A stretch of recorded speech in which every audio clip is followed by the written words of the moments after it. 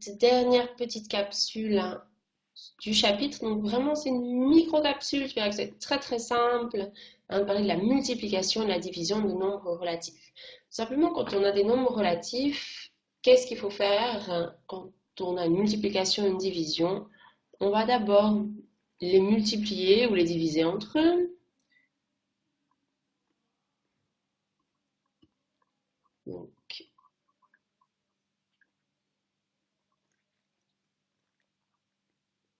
Donc on multiplie ou alors on divise, dépend de l'opération qu'il y a, hein, les nombres relatifs entre eux.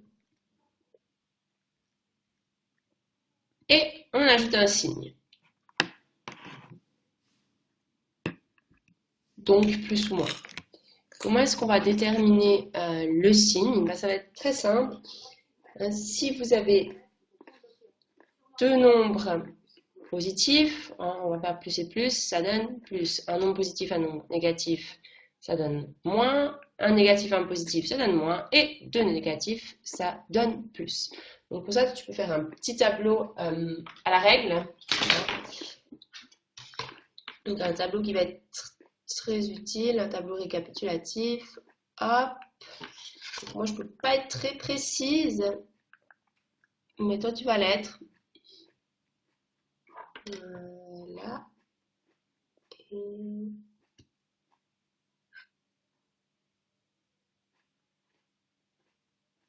Hop. Effectivement, pas précise du tout. Voilà. Hop. Donc, ici, soit on a des multiplications, soit des divisions. Là, j'ai un nombre relatif positif, négatif, positif, négatif. Donc, deux positifs multipliés entre eux, ça nous donne du positif. 1 plus et 1 moins. Ça nous donne négatif. Moins plus, négatif, moins moins, positif. Hein, que tu connais déjà bien. Si on veut mettre un petit exemple à côté, hop. Hein, tu peux le mettre dessous. Comme ça, je profite de la place là. Hein, typiquement, plus 5 fois moins 5. Donc, on multiplie les nombres entre eux. 5 fois 5, ça me fait 25, les signes entre eux, plus et moins, hein, ça fait moins, j'ai moins 25. Donc, vraiment, tout simple. Ensuite, il faudra faire attention quand tu vas avoir des chaînes. Donc, à la suite, tu peux noter ça.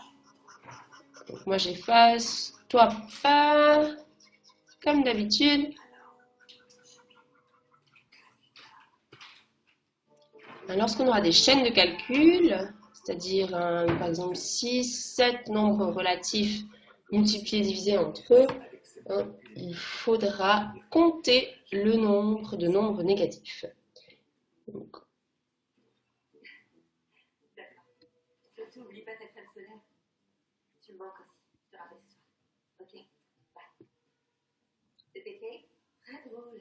S'il vous dit bonjour. Donc, lorsqu'il y a une chaîne de multiplication-division, toujours deux relatifs, on va compter le nombre de chiffres, enfin de nombres positifs, le nombre de nombres négatifs. Si on a un nombre impair de nombres négatifs,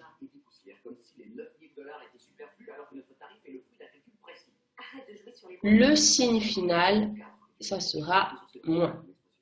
Si par contre, on a un nombre pair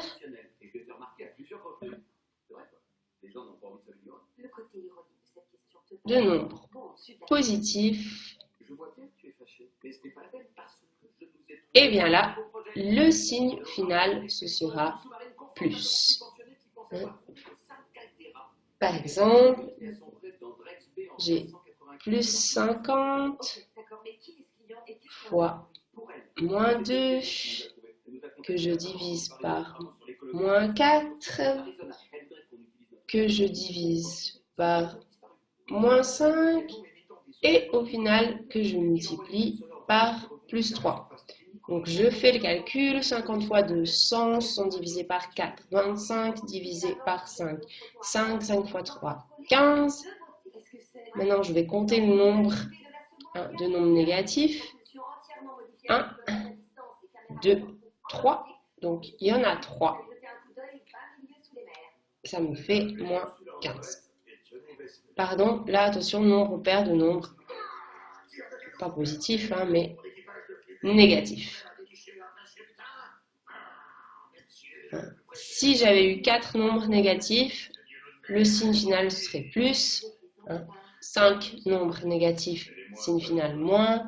10 nombres négatifs, signe final plus, etc. Tu as compris comment ça fonctionne. Rien de bien compliqué. Donc là, il n'y a pas de petit exercice. Hein, c'est juste copier cette théorie. Bye bye!